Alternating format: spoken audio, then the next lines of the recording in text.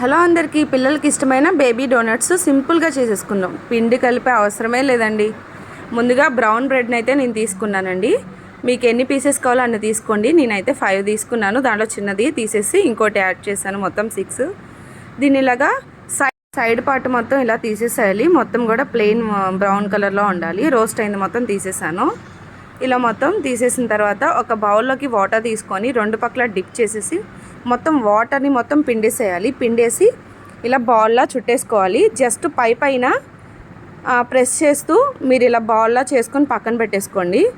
ఎక్కువ మద్దన చేయాల్సి లేదు. ఇలా జస్ట్ బాల్లా ప్రిపేర్ చేసుకొని పక్కన పెట్టుకోండి. దీని తర్వాత మళ్ళీ మనం ప్రెస్ చేసుకోవాలి. ఎక్కడ పగులు రాకుండా ఈ షేప్లో అయితే చేసుకోవాలి. జస్ట్ అలా ఆ షేప్లో చేసుకొని పక్కన పెట్టేసుకోండి.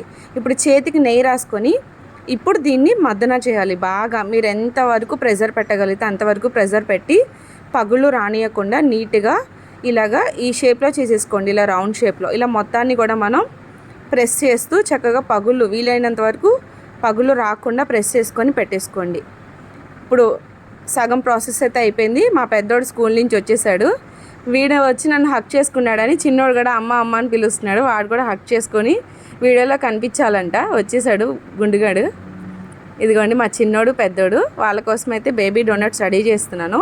మొత్తం ఇలా ప్రిపేర్ చేసిన తర్వాత ఇలా చిన్న షేప్లో హోల్ పెట్టడానికి ఏదైనా ఒక కంటైనర్ తీసుకొని ఇలా హోల్స్ పెట్టేసుకోండి. అన్నిటికీ ఇలా హోల్స్ పెట్టుకున్న తర్వాత పక్కన పెట్టేసుకొని ఇప్పుడు స్టవ్ వెలిగించి బాండి పెట్టి డీప్ ఫ్రైకి సరిపడా ఆయిల్ని యాడ్ చేసుకొని ఆయిల్ హీట్ అయిందో లేదో చెక్ చేసుకొని ఒక్కొక్క డోనట్ని వేసుకోండి. నాకైతే చేయి కాలింది. ఇలా ఆయిల్లో వేసినప్పుడల్లా ఏదో ఒకటి చేయి కాల్చుకుంటూ ఉంటాను. మీరు కూడా అంతేనా? ఇలా వేసేసిన తర్వాత ఒకసారి కళాయిని ఊపేసి కొంచెం వేగిన తర్వాత రెండో పక్కన తిప్పుకుందాము.